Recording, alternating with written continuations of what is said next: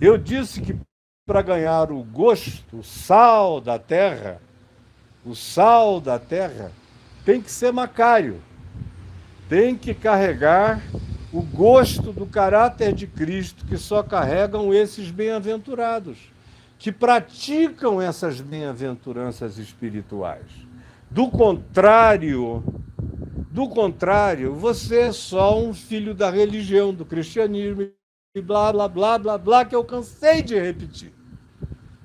E quando eu cheguei ontem, depois de exaustivamente passar uma semana inteira falando do sal, de que ele precisa morrer, se dissolver, desaparecer no mundo, para dar gosto à terra, à sociedade, à vida, às relações, como o sal, que se não se dissolver não tem significado, vira um monturo insípido. Depois de uma semana nisso, nós chegamos à luz, é onde nós estamos. Luz de quem? Luz para quê? Foi o que eu falei ontem, continuo hoje. Se a luz é o que vocês chamam de luz, se a luz para vocês, se a luz para vocês tem a ver com erguer uma quantidade enorme de templos, com luz de neon em cima, com propagandas e placas enormes, se a luz para vocês levantarem dinheiro de maneira abusiva e opressiva, para colocarem os programinhas de mentira, de falsificação, de estelionato do evangelho na televisão e no rádio e na internet. Então, cara, você pode ter o dinheiro do Elon Musk, pode botar propaganda de Jesus em Marte, na Lua, porque não terá a luz de Deus iluminando a mente humana em lugar nenhum. Vai continuar tudo como dantes do quartel de Abrantes, você entendeu? Porque se você não for Macários, se não carregar o caráter de Cristo, o espírito, a mente, a emoção, o sentimento, a atitude, o comportamento natural de Jesus como fruto expressivo de uma vida que não precisa fazer força para ser o que dá fruto com a mesma espontaneidade com a qual as árvores frutíferas saudáveis dão seus frutos e dão como os frutos da árvore da vida todos os dias do ano, o tempo todo dando fruto. E como a árvore da vida, se diz lá no Apocalipse, até as folhas servem para a cura dos povos. Assim também a vida desse, que como uma figueira de Deus, como uma videira de Deus, como um ramo da videira verdadeira, como Jesus disse em João no capítulo 15, dá fruto bom, gostoso, que traz alegria à existência, que alimenta a vida. Se não for assim, você pode investir no que você quiser, pode gastar sua grana com os coaches que estão ficando milionários, milionaríssimos às suas custas, à sua idiotice, gastando dinheiro para cultuar Mamon, para ver se sai da sua pobreza material ou da sua remediação material, para não ganhar jamais nenhum tipo de riqueza espiritual, porque Jesus diz que o bem-aventurado é aquilo que sai de dentro, é do coração que procedem as fontes da vida ou da morte. Tem que nascer de mim, é daqui que sai a fonte de água viva, do seu interior fluirão os rios de água viva, do seu interior fluirão os sabores do sal celestial, do seu interior fluirão as luzes dessa candeia enfogarada do Espírito Santo no coração da gente, como eu disse ontem. Para Jesus, há 2000 anos atrás, luz não era elétrica, luz não era de qualquer outra natureza, era a luz de chama, era a luz de candeia, é o que ele diz aqui. E é a imagem que ele usa. Vós sois a luz. E ele vai dizer aqui, vocês são a candeia. Vocês são uma lâmpada que tem que ter, como na parábola das virgens, lá em Mateus 24, tem que ter azeite. Tem que ter azeite para ficar aceso, para aguentar a noite longa da história humana. Com fogo, com luz no coração, acendendo a alma o tempo todo e todo dia. Do contrário, você pode ter começado até como daquelas 10 virgens, algumas começaram com óleo e azeite e fogo na candeia. Mas com o passar do tempo foram se esfriando, porque o noivo demorava, elas perderam a alegria e a exultação da esperança, como diz a Epístola aos Hebreus, que diz que não tem nada mais perigoso espiritualmente, preste atenção, do que a gente perder existencialmente a alegria e a exultação da esperança, vinculada a essa certeza de que ou eu estou indo para o Senhor a qualquer momento, ou o Senhor está vindo para mim a qualquer momento, e não há ninguém que mapeie e com honestidade possa oferecer a você uma cronologia da volta de Jesus, porque ele não deu isso para ninguém. E quem disser que tem, está mentindo.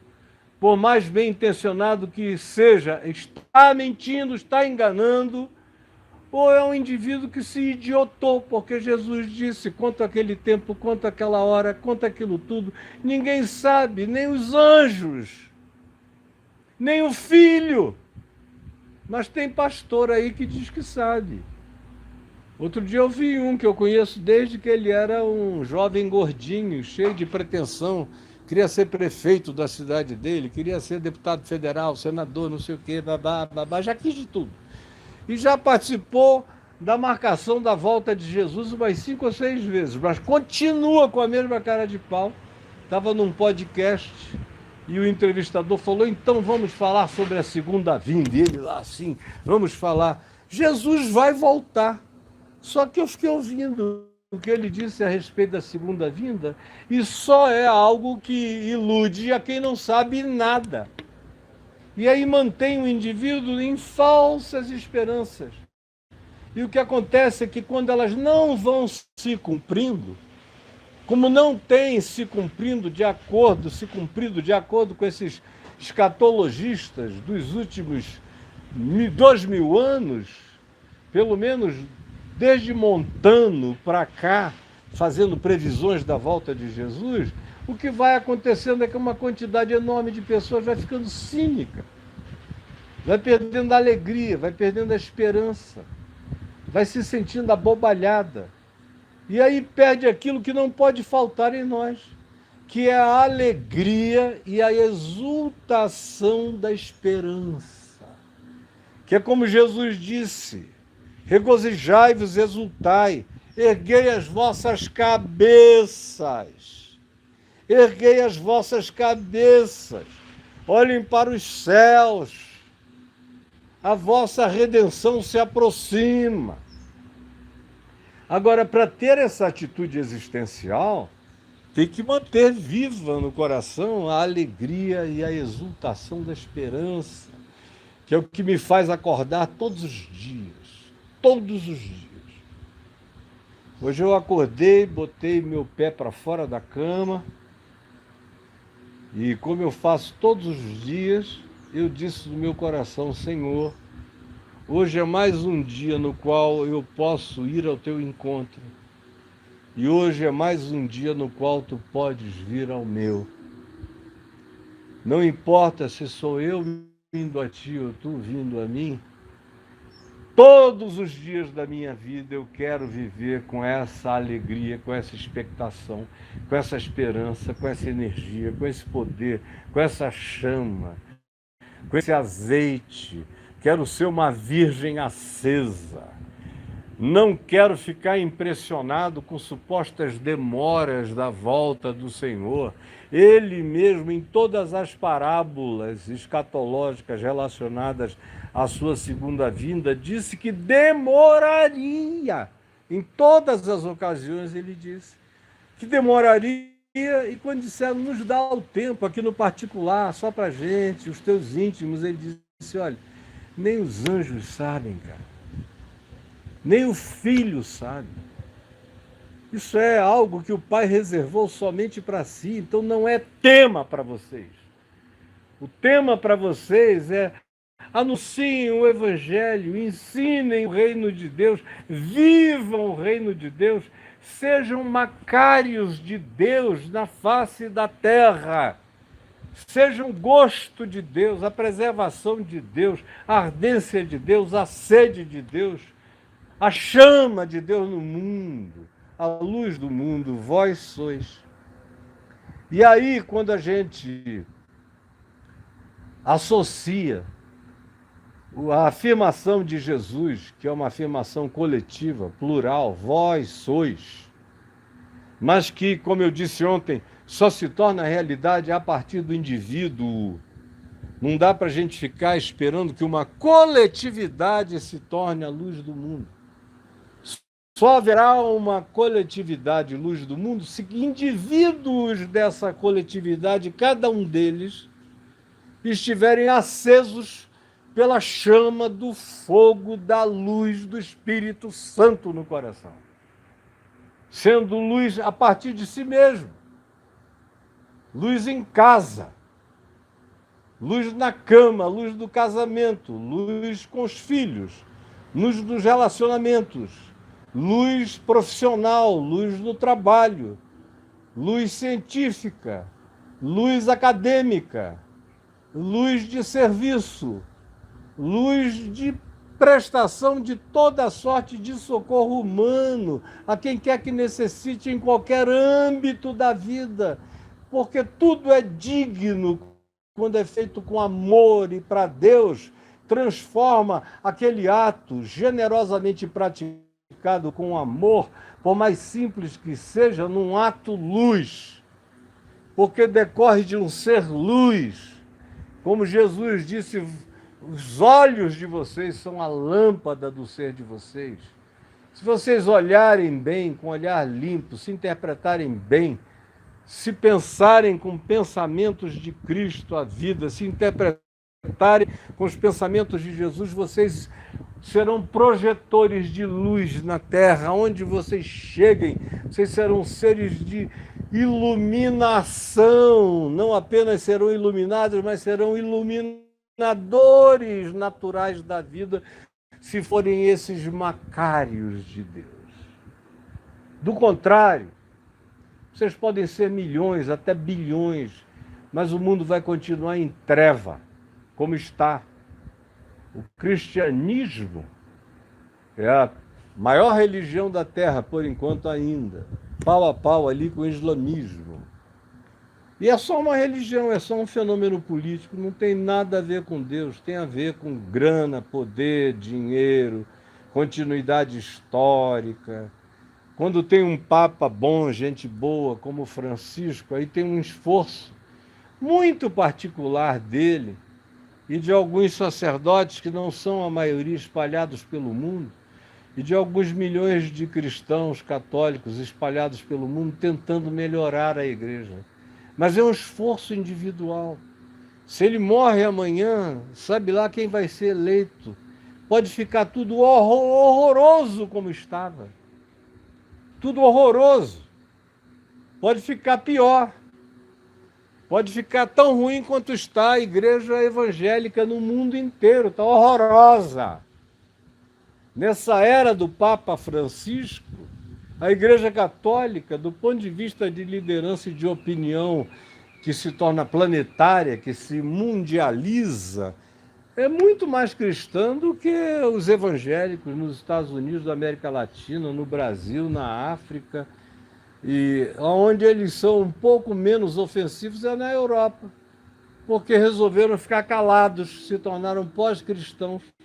E aí, no silêncio deles, têm adotado até causas boas, melhores do que adotavam quando eram comprometidos com a religiosidade cristã europeia. Agora, você entende se você quiser, mas claro, não dá para ser. Ontem, eu perguntando luz de quê e luz para quê, Eu dei um monte de exemplos dessas falsificações de luz. E como a gente vai se enganando com elas. E vai perdendo um tempo imenso, sem ouvir a simplicidade do que ontem eu afirmei e repeti, hoje vou ter que começar repetindo.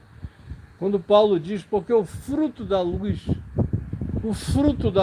a luz dá um fruto. O fruto da luz não é o encandeamento das pessoas. Não, o fruto da luz consiste em toda justiça, ou em toda verdade, justiça e bondade. Você pode repetir comigo? Pois o fruto da luz consiste de toda justiça, verdade e bondade.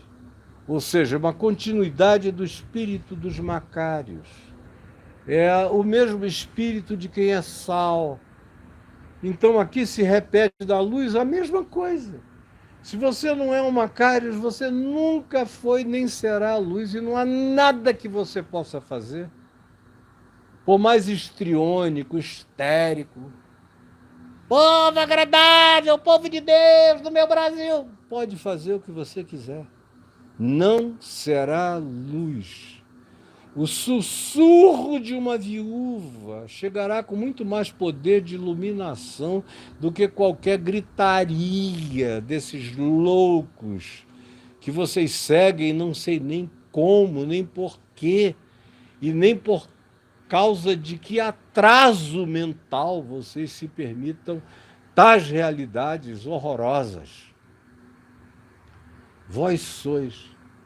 Aí dá vontade de perguntar a Jesus, se a gente levar em consideração, como eu falei ontem, o cristianismo que tomou para si a prerrogativa de ser representante de Jesus na face da terra, se a gente cair nessa asneira e a gente considerar o tal do cristianismo, que não passa de um fenômeno religioso, financeiro, econômico, geopolítico, uma potestade espiritual e estatal e política, como de fato é, e que busca poder desde o Império Romano, e é o único remanescente vivo do Império Romano original constantiniano, é o cristianismo, no lado ocidental da Terra, que tem mais de 1,5 bilhão de pessoas e não ilumina nada do planeta. A gente está morrendo de calor, o mundo está morrendo de fome, o mundo que tem 1,5 bilhão de cristãos tem metade da sua população morrendo de fome, indo para a cama com fome, com sede, doente, mal alimentada. Ora, se nós temos mais de 1/6 da população do planeta, quase um grupo que chegaria a 2/3, e o mundo não muda, é porque o que nós somos não tem nada a ver com Jesus. Porque Jesus, para começar, não chamou 200 mil para segui-lo, ele chamou 12. Porque ele acreditava no poder qualitativo daquela impregnação, daquele contágio celestial. Então, portanto, o que vocês chamam de igreja e de representante de Deus, de onde provém o testemunho do Evangelho, que é o cristianismo, é tudo menos esse lugar de onde provém o testemunho de Deus, porque vem no máximo o discurso doutrinário de Deus, pervertido, mas não vem a prática do Evangelho, não tem o fruto da luz, que consiste em justiça, verdade e bondade. Não tem. O que tem é institucionalidade, oficialidade e uma ambição desmesurada pelo poder, pela dominação, pela aparição, pela demonstração. O que tem é o espírito dos piores inimigos da cruz de Cristo. dos crucificadores de Jesus. É a isso que matou Jesus que nós chamamos de nós, e com o que nós nos identificamos. E aquilo que nós defendemos é justamente aquilo que liquidou, que matou Jesus. E que depois da ressurreição, disse que a ressurreição tinha sido a obra apenas de um falsário. De um falsário. E quando dão testemunho de que Jesus, quadrangularmente, Jesus salva, Jesus cura, Jesus batiza com o Espírito Santo e Jesus voltará, é só um chavão que não tem nenhuma correspondência a vida nenhuma, é um quadrado mesmo, que não tem nenhuma correspondência à vida, que não dá o fruto, que não tem o gosto do sal, nem dá o fruto da luz. Aí a gente fica se enganando e enganando os outros, levantando bilhões, bilhões, bilhões em nome de Deus, para dar testemunho de Deus na terra. E o mundo continua o mesmo, exatamente o mesmo, porque até a sua igreja não melhora. Lá continuam a haver os ricos, riquíssimos, e os pobres, paupérrimos, na sua igreja. E você diz que precisa encher o Congresso Nacional de deputados e senadores da laia dos seus crentes, do cristianismo, para ter essa laia, essa cambada que está aqui, que só pensa no umbigo e nas vantagens que podem obter, e que são os seres mais sem vértebra que a gente possa conhecer dentro do Congresso Nacional como representantes dos interesses da Igreja de Cristo da Terra. Mentira, do diabo, do demônio, disfarçados perversos, e vocês aplaudindo, e vocês dando dinheiro, e vocês dando força, e vocês alimentando, e vocês frequentando, e vocês indo contra quem diz que não é verdade, e vocês com coceira no ouvido quando o verdadeiro evangelho é pregado. O que fazer de gente como você? Luz de quê? Luz para quê? Isso aí é luz negra, luz do Tártaros, luz do inferno, luz do Hades, mas não é luz da Nova Jerusalém, não é luz do Espírito Santo, não é luz das chamas de fogo no Pentecoste verdadeiro, não é luz na candeia no coração das virgens que não desanimaram, mas levaram óleo, azeite para a espera, não importe o quanto o Senhor demore a voltar, eu não demorarei, todavia, logo, logo estar com Ele. Luz, luz, meus queridos. Agora, você fica esperando que isso aconteça de um chamado avivamento, não é?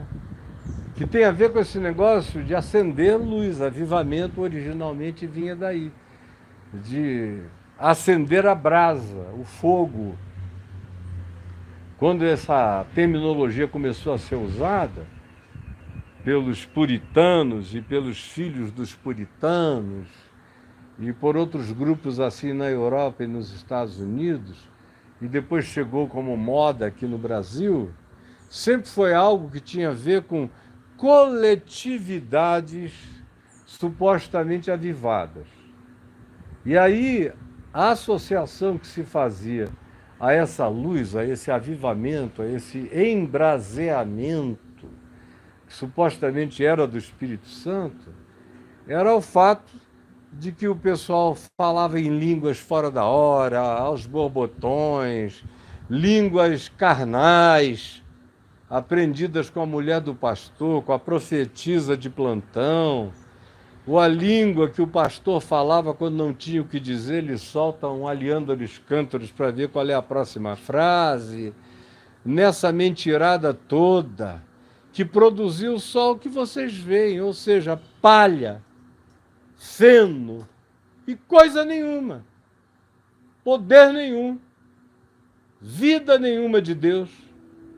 É o que está aí, à nossa volta, que não se mantém. E todo mundo, toda vez que chega uma igreja, aonde começa um movimento de gente cantando muito, tocando, luzes diferentes, baterias, sons, danças, tem que ter moveres diferentes para cada hora, e eu estou aqui ficando velho. Já sou mais velho do que Paulo quando morreu, já sou mais velho do que Pedro quando morreu. Já cansei de ver. Já cansei de ver. E começa e é tudo fogo de palha. Acaba, acaba, acaba, acaba. Onde estão? Eu vi avivamentos e histórias de avivamentos e de luz acesa nas igrejas desde criança. E o que é que aconteceu? Por exemplo, a igreja Lagoinha, que vocês todos conhecem, já ouviram falar, começou de um avivamento no tempo do Rego Nascimento, do pastor Enéas Tonini. Pessoas extremamente rigorosas, severas, pesadas, mas sinceras. Eu os conheci, especialmente o pastor Enéas Tonini. Eu o conheci ainda menino e depois tive muita conversa com ele, já adulto, e quando... Eu não estou entendendo nada, fala para mim. Oi? No Instagram aqui, obrigado. Então, tive conversas, muitas conversas com ele, depois que eu já era pastor, conhecido no país inteiro, e de vez em quando a gente batia papo. Ele se tornou membro, com toda a denominação da Igreja Batista Renovada, da Associação Evangélica Brasileira, era comigo que conversava.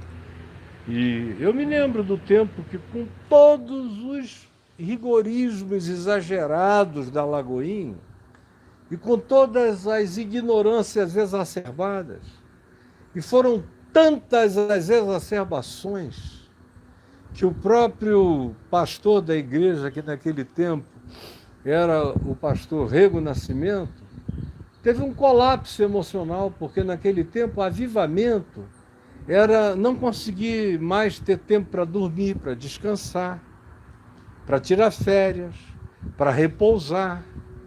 Era viver num estado de excitamento emocional, psicológico, lutando contra os diabos, os demônios de todos os lados. É demônio para cá, demônio para lá, espírito. Ou então tem que ter batismo com o Espírito Santo, tem que falar em línguas, fala, repete, diz glória, diz glória, diz glória, glória, glória, glória, glória, aleluia, aleluia, aleluia, até que o cara começava a repetir uma algaravia estática, tudo carnal, na ignorância, mas com um mínimo de sinceridade, mas uma vida emocionalmente adoecida, insuportável, inaguentável, a tal ponto que o pastor Rego Nascimento não aguentou, ele teve um colapso emocional, nervoso. Eu creio que foi bem no início dos anos 70 ou no finzinho dos anos 60. Mas eu me lembro do dia e da hora em que um amigo dele, que era meu pastor, pastor da minha casa, da minha mãe, reverendo Antônio Elias, e também amigo do Rego Nascimento, do Enéas Tonini, de todo mundo, me falou que o pastor Rego Nascimento tinha tido um colapso nervoso. E olha, isso eu ainda era bem jovem, começando meu ministério. E eu vivi décadas e décadas do meu ministério e ele nunca conseguiu se recuperar daquele colapso nervoso produzido pelo avivamento. Porque era um avivamento de excitamento emocional, excitamento, me desculpe a expressão, carnal. Era aquele excitamento de frenesi. Aí não tem alma, não tem mente, não tem emoção que se suporte. Assim como a alma humana não aguenta um estado de paixão por mais do que 4 ou 5 anos, o cérebro não suporta. Ninguém aguenta ficar apaixonado pela mesma mulher, pelo mesmo homem. Eu estou falando de paixão, aquela paixão ardente, desejosa, que você quer comer, degustar, você quer devorar o outro, você quer possuir. Todo mundo aqui que já apaixonou sabe o que a paixão faz. Ela é loucura total. Como os gregos acertadamente a chamavam de patos, de onde vem a nossa expressão patologia ou patológico. Vem desse estado original de paixão. A paixão é o que caracteriza, na expressão grega, a primeira e mais expressiva e repetitiva forma de loucura, pelo menos de loucura temporária. Com o passar dos anos, se foi observando que as paixões tinham tempo de duração. Ela só não tem tempo de duração quando ela não é paixão, quando ela se transforma numa obsessão. Aí ela continua de outros modos, e não é o tema do dia. Eu já falei muito sobre isso naquele meu curso Cabra Macho, Sim Senhor, sobre a paixão como obsessão, como posse, sobre as tais das mulheres que amam demais, ou isso e aquilo, não é o caso hoje. Mas o que eu estou dizendo é que os avivamentos cristãos não passavam de estado de euforia semelhante a uma paixão. Aí, quando ela dura muito tempo, ela dura 4, 5 anos. Aí ou ela se transforma em amizade, em carinho, em amor, em convívio, amor mesmo. Pode haver paixão no amor, mas o amor não é paixão. O amor existe sem paixão. É gostoso e saudável quando o amor começa com uma grande paixão. E à medida em que a paixão vai dando lugar ao processo de acomodamento neurológico, porque o cérebro não aguenta viver naquele estado de excitamento enlouquecedor muito tempo, senão o cara surta de verdade. Aí é a hora de você ir desenvolvendo cada vez mais o amor, o convívio, o companheirismo, os vínculos fraternos no casamento, a confiança, o descanso, a amizade, o cuidado, o aconchego, a construção de um vínculo comunal, conjugal, que vai depois produzir filhos, famílias, relacionamentos diversos e variados. Mas raramente, quando você vê um homem idoso, já com 50 anos de casamento, ou uma mulher dizer: até hoje eu sou apaixonado pelo meu marido ou pela minha mulher, eles não estão falando daquele fogo esbraseante da juventude, eles estão falando é que a admiração nunca morreu. O respeito só aumentou. A consideração só cresceu. A devoção pelo caráter mútuo só se desenvolveu. É a isso que eles se referem quando dizem: estamos casados há 50, 60 anos, estamos apaixonados até hoje, é porque eles têm prazer na companhia um do outro mais do que em qualquer outra companhia. Mas não é por causa dos esbraseamentos semelhantes àquilo que acontece quando o patos da paixão está tomando conta do coração. Porque ainda é um fenômeno da carne, ainda é um fenômeno cerebral, ainda é um fenômeno neural, que não aguenta mais do que 5 anos. Em geral, as paixões duram 1 ano, 1 ano e 4 meses, até 5 anos. Isso aí é estatístico, não é invenção minha. Os avivamentos têm a mesma duração no máximo. Todos os supostos avivamentos que eu acompanhei durante todos os anos da minha vida, até o dia de hoje, eram apenas fenômenos culturais da hora, fenômenos da empolgação de um, de dois, de três, de líderes, ou de fanatismos. O que às vezes dura mais tempo do que a paixão, semelhantemente à obsessão, é o fanatismo. Aí quando o cara entra num estado de fanatismo, ele pode morrer fanático até o último dia da vida dele, mas aí já é um estado de distúrbio mental permanente, já é uma devoção de sanatório, de hospício. Mas é o que vocês chamam de avivamento. O cara fica doido, diz barbaridades, pula, se joga no chão, estremece, enlouquece. Aí vem você e ouve essa história de estar havendo um avivamento em Pensacola, está havendo um avivamento na Argentina. Eu me lembro que aonde eu ia no mundo, nos anos 80 e 90, todo mundo me perguntava sobre o avivamento no Brasil. E eu dizia, olha, tem um grande incêndio de palha no Brasil, que vai mudando de região, de igreja para igreja, de igreja para igreja, mas o que você pensa como avivamento jamais chegou na história do Brasil, como não chegou na história de lugar nenhum. O avivamento wesleyano teve o seu momento de patos, de paixão, e teve o seu momento de comprometimento de consciência, que foi o que mais durou. Agora, aqueles que dependem da emoção, como os avivamentos pentecostais, o cara fala da Rua Azusa. Meu Deus, foi só um tempo.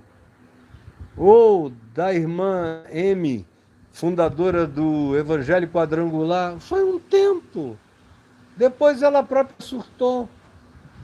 E os muitos e muitos e muitos avivamentos que eu estive dentro de todos eles aqui na América Latina, olhando com o mesmo olhar que eu tenho hoje.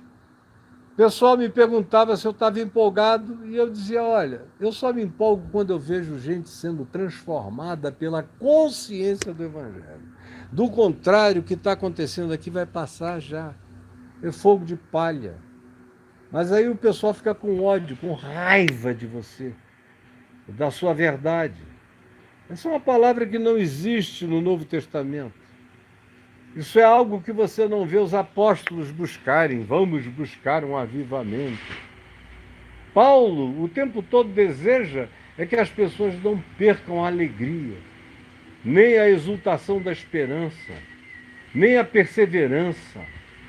O que ele deseja é que as pessoas aprendam a se gloriar até mesmo nas próprias tribulações, que não se acovardem diante da oposição. Jesus fala dos macários e não diz bem-aventurados os avivados. A bem-aventurança final é contra toda circunstância de avivamento. Diz mesmo que te persigam vocês perversamente, o que não faz nenhum pelo se arrepiar, o que faz você gemer e sofrer, não desista, continue.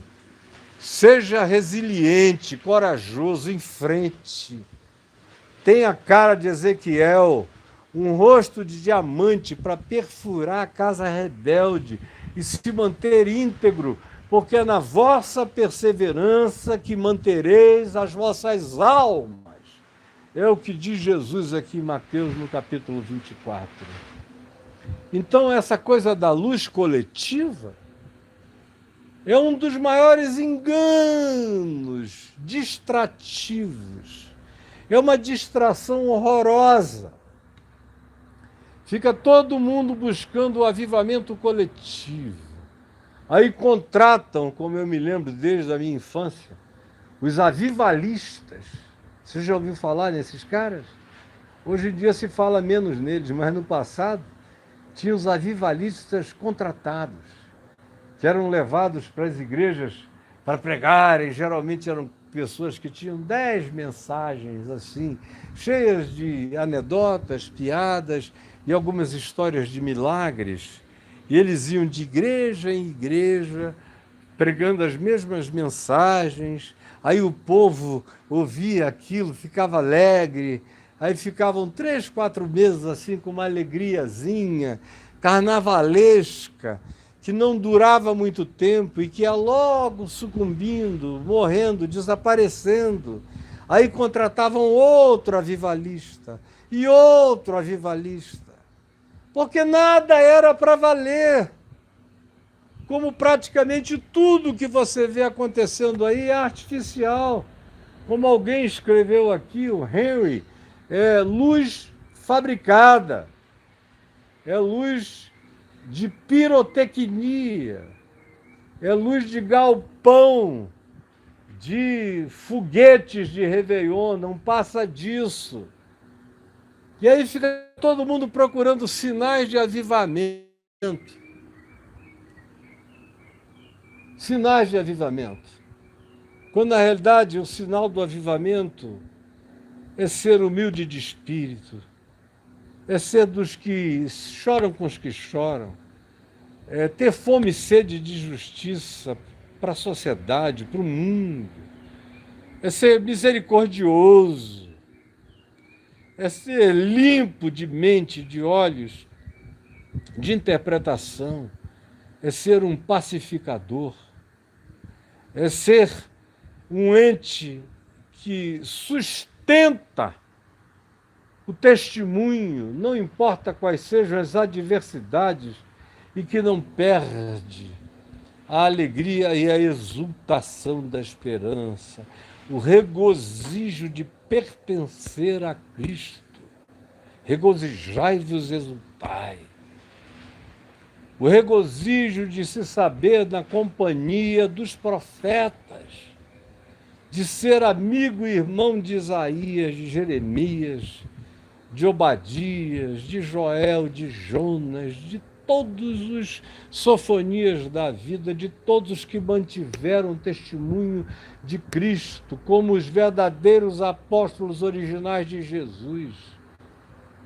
Macários, como se diz no livro de Atos dos Apóstolos, acerca deles e do verdadeiro avivamento, do verdadeiro sal, da verdadeira luz, do verdadeiro sabor do Evangelho.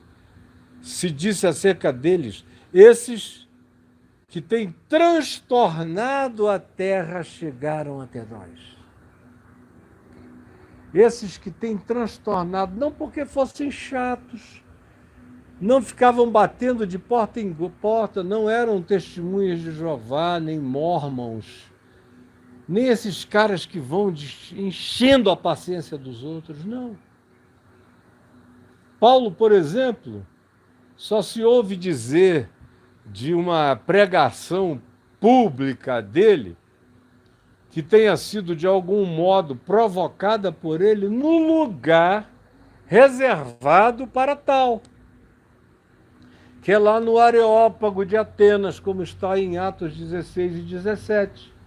Porque o Areópago, onde eu já preguei para cristãos muitas vezes, espero pregar ainda muitas outras, ali era um lugar onde desde 300 anos antes de Paulo se faziam todas as grandes proclamações públicas de Atenas e que ficou um lugar famoso por causa do grande orador Péricles, que fazia seus discursos memoráveis no Areópago, que é um lugar que está ali abaixo do Panteão, entre o Panteão e a Ágora de Atenas. Era um lugar para onde a cidade se reunia, era a eclésia.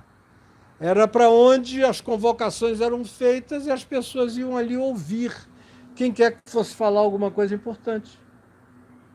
Fora isso, você vê em Atos 14, Paulo e Barnabé em Derbe e Icônio, onde multidões se reuniram para ouvir. Não foi porque eles bateram palma, chegamos, venham nos ouvir, não. É porque eles passaram e viram um homem coxo, paralítico. E Paulo viu que aquele homem tinha fé para ser curado. E disse a ele, em nome de Jesus, levanta, recobre a tua saúde e anda. Falou para o indivíduo, que de um salto se botou em pé.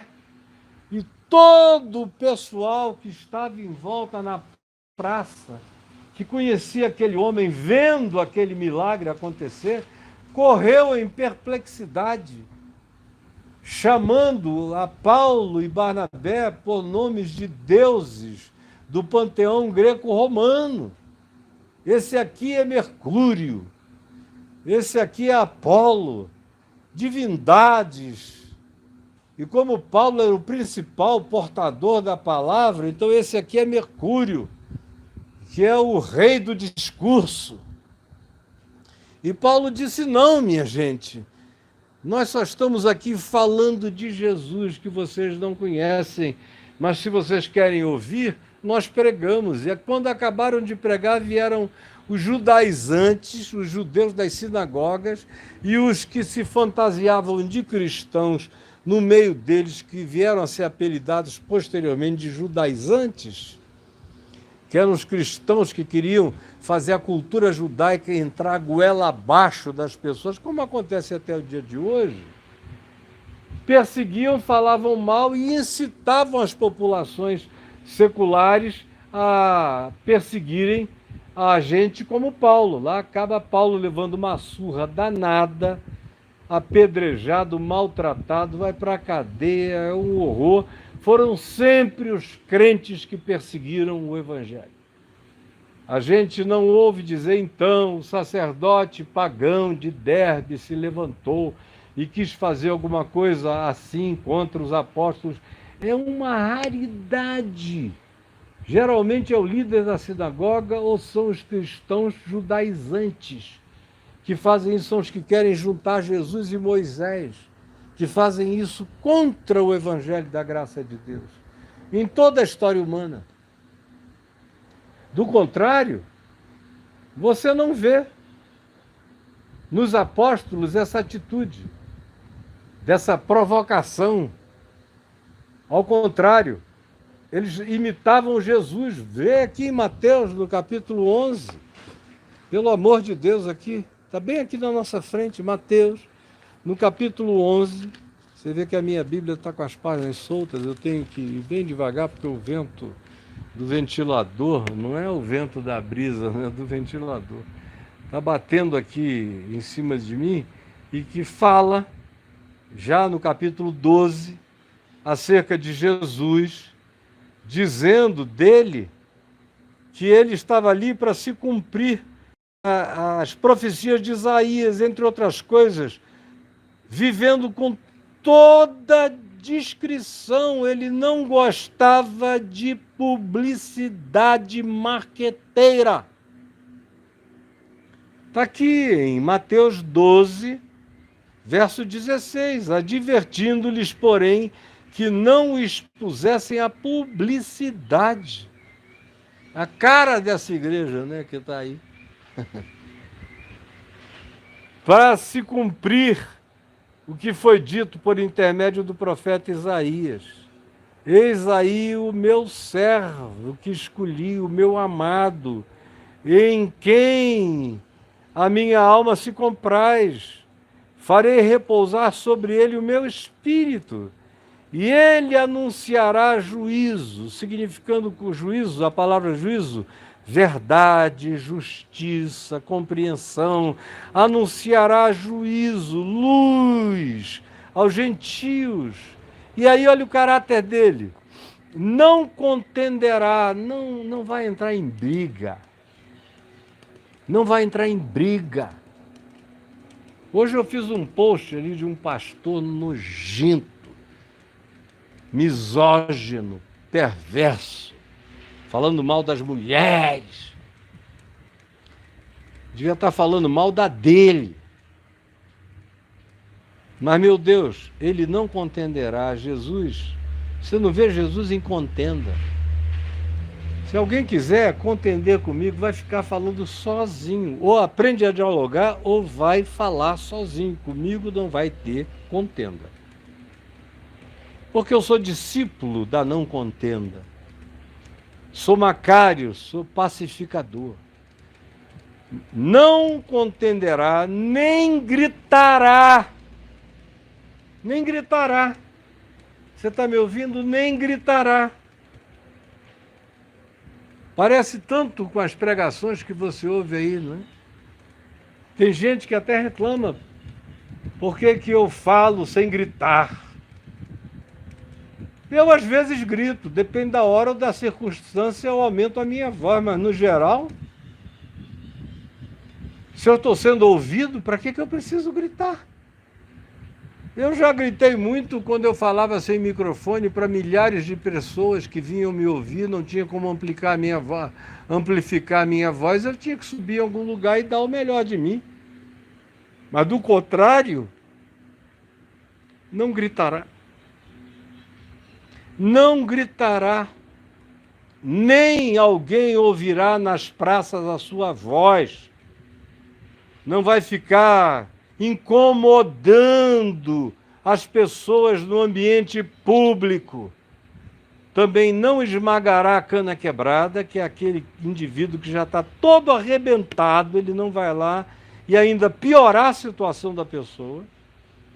Nem apagará a torcida que fumega, não vai apagar o último lampejo de esperança humana nenhum. Porque ele quer fazer vitoriosa a verdade. Ele quer fazer vitoriosa a luz.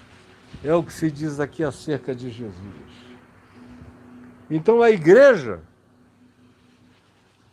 é tudo, meu querido. É grito, é histrionismo, é histeria, é fanatismo, é abuso vocal, é falta de educação relacional, é avivamento de emoção passageira, mas nunca produz, no curso da história, nada duradouro, porque o duradouro só acontece na soma dos indivíduos, que numa certa dada geração vivem com intensidade de amor, porque até mesmo a paixão da conversão, depois de um tempo, ninguém aguenta viver como se vive no primeiro, no segundo, no terceiro, no quarto, no quinto ano.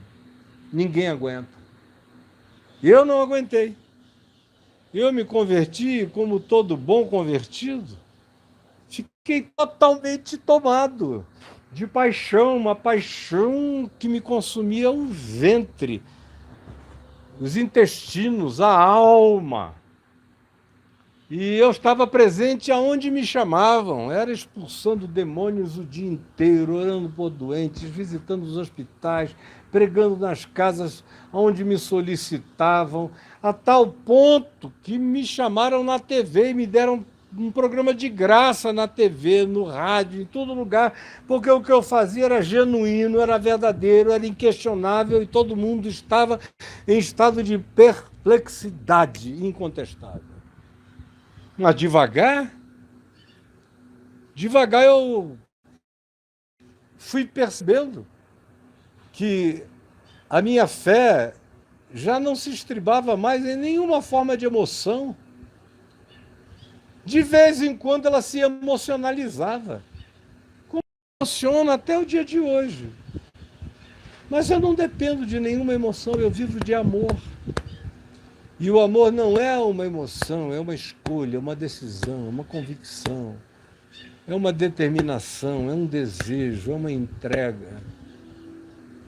É, de fato, o privilégio de ter conhecido tamanha maravilha que me enternura ano após ano, e à medida em que eu envelheço, mesmo não dependendo de nenhum tipo de emoção para viver bem cada dia da minha vida, com emoção ou com anti-emoção, não muda nada para mim, eu sei em quem eu tenho crido, sei.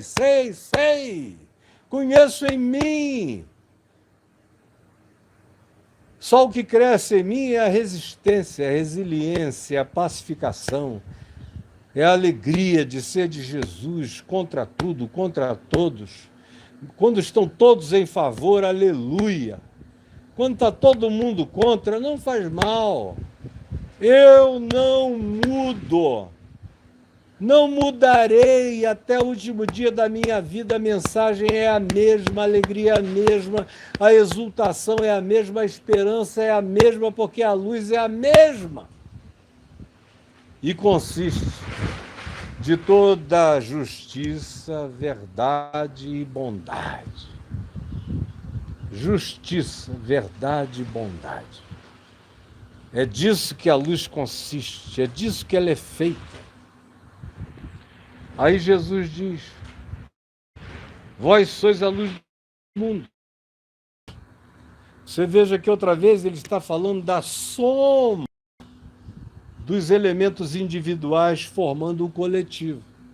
A cidade, ele estava falando isso na Galileia, e se você chega hoje na Galileia, hoje é obviamente muito mais simples, mas mesmo nos dias de Jesus, quando não havia luz elétrica, do outro lado do Mar da Galileia, onde está a Jordânia de hoje, e nos dias de Jesus estavam as Decapólis, as 10 cidades greco-romanas mais importantes daquela área, as mais cultas, mais poderosas, você via, havia cidades enormes, como Gerasa, por exemplo, uma cidade poderosa, imensa, muito maior do que Jerusalém, lá em cima do monte.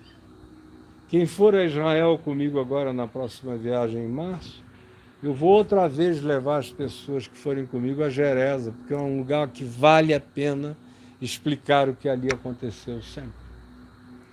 Então, ele diz, olhando para o outro lado do Mar da Galileia, 12 quilômetros de separação da largura do mar, nas montanhas, os pontos de luz nas casas, que não eram milhões de casas como hoje em dia na Jordânia, eram algumas aldeias ou algumas cidades grandes, como Gerasa, como Gadara, algumas outras grandes, ou como já do lado de cá, Bet-Shean, e várias outras, que iluminavam. Mas era a soma das individualidades que fazia o clarão coletivo. Essa é a cidade sobre o monte. Não é uma luz solitária. É a soma da qualidade individual das lanternas formando aquela luz sobre a montanha. E aí Jesus, usando esse exemplo, diz que não é possível esconder uma cidade edificada sobre o monte, assim como não é possível esconder uma igreja que seja luz, feita de justiça, verdade e bondade. Ela não precisa de publicidade, nem de propaganda, nem de gritaria, nem de nada disso. Se ela for assim, a soma dos seus indivíduos será um clarão na noite da existência. Um clarão sempre. Aí Jesus prossegue e diz: nem se acende uma candeia para colocá-la debaixo do alqueire, do cesto. Isso ele já está falando de dentro de casa. Se você é uma luz em casa, dentro da sua casa, não esconda a luz que você é. E não esconder a luz não significa não ser discreto, não ser sábio, não ter bom senso, ser um chato perturbador da família, não. Obedecendo todos os critérios da mansidão de Cristo Jesus, sendo um Macários, Jesus diz: leve esse gosto para dentro. É como a luz que cobre. Deixe vazar seu ser, sua consciência. através do fruto da luz, que consiste em toda verdade, justiça e bondade. Se você for assim, se você não for um ente que para fora é uma coisa, para dentro é outra, ou se você for uma pessoa que não se envergonha de dar o fruto da luz no ambiente da sua própria casa, você vai iluminar sua família inteira. Por isso, ninguém acende uma candeia, uma lâmpada com esse fogo da verdade do Evangelho crepitando, ardendo no ser, para esconder, para se envergonhar disso. Mas, ao contrário, a gente posta isso no velador e assim beneficia, ilumina, alumia a todos os que se encontram na casa. É como Jesus diz em Lucas, no capítulo 10, se vocês chegarem numa casa e encontrarem ali um filho da paz, basta um, no meio de vários, se tiver um filho da paz, fique ali. Fique ali porque você encontrou uma comunicação, uma comunhão com um ente luz naquele lugar, basta isso. Vai iluminar a todos, vai fazer bem a todos. Mas você tem que dar o fruto da luz.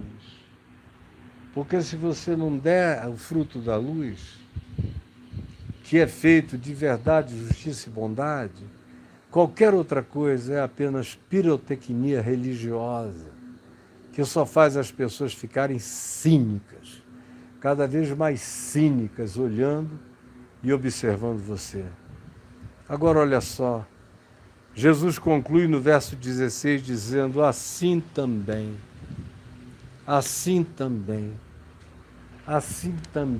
brilhe a vossa luz diante dos homens, dos seres humanos, da sociedade humana, do mundo, de tudo quanto é constituído por gente, por consciência na Terra.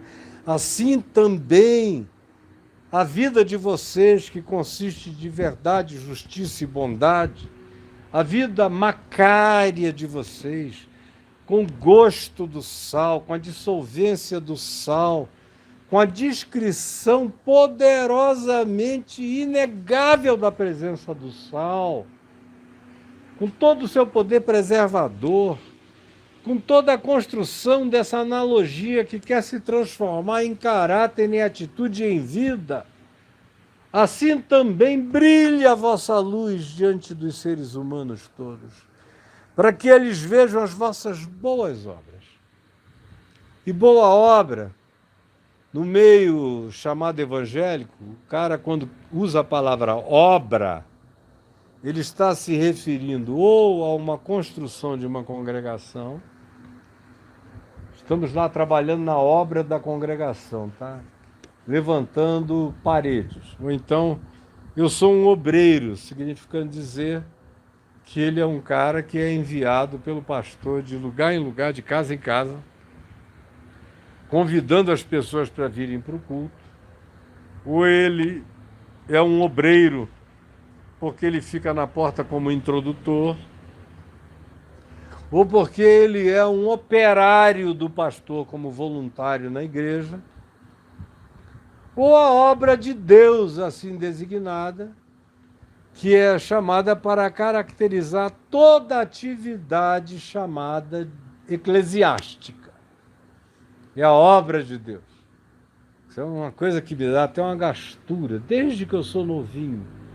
Quando o cara me perguntava: escuta, você divide o seu tempo ou dá tempo integral à obra? Para mim isso sempre foi um negócio muito esquisito, careta, estranho. Eu digo, eu dou tempo integral à vida, ao Evangelho. A obra da minha vida é o Evangelho. E a minha vida é a obra do Evangelho. Assim também, Jesus diz: se manifestem as obras de vocês diante dos homens, para que eles vejam as boas obras, as boas ações, os bons frutos, a boa atitude de vocês. E a vida de vocês seja tão carregada de caridade, de bem-aventurança, desses sabores do reino de Deus, de tal modo que as pessoas olhem para vocês e glorifiquem. Olha que coisa linda. E glorifiquem vosso Pai que está nos céus. Não precisa de nada, eles só olham para a tua vida e dizem: meu Deus, existe gente assim. E eu não sabia. Existe gente assim e eu não sabia. Assim brilhe também as vossas boas obras. Eu me lembro do tempo e de um dia em que a esposa de um dos pastores dos anos 70, mais conhecidos no Brasil, o marido dela, bem mais velho do que eu, desenvolveu uma raiva grande de mim. Eu nunca fiz nada para o cara, a não ser tentar ajudá-lo.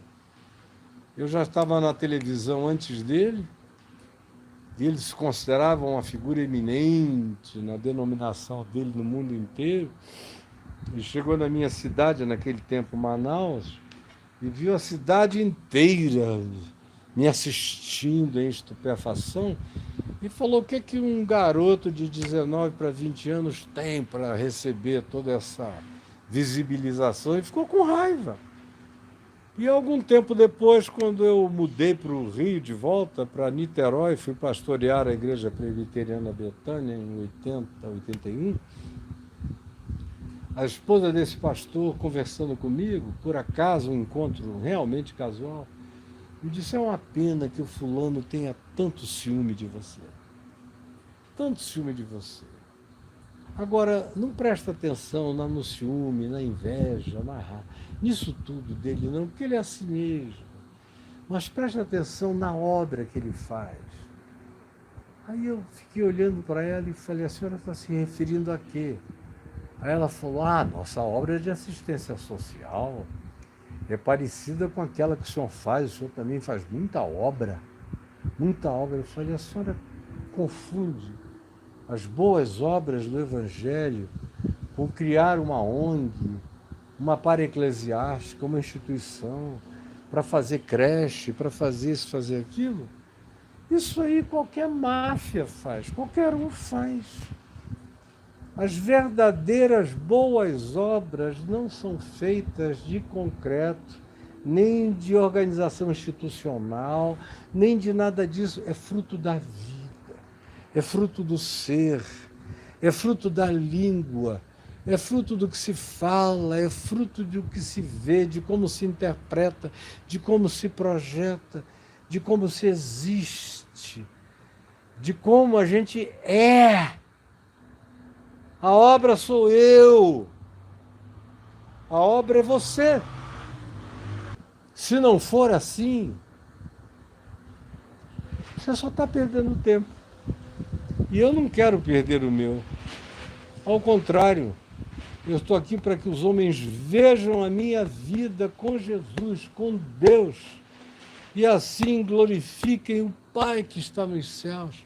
É olhando a vida da gente, como Jesus disse em João 15, João 17, especialmente quando ele afirmou que o mundo só creria nele se visse as nossas boas obras de amor, começando de uns pelos outros. A obra é o que procede da minha existência, é o que grita da minha vida, mesmo que eu seja mudo, mesmo que eu não tenha palavra nenhuma a falar, eu não preciso dizer nada, a minha vida é um grito de verdade. E a sua também.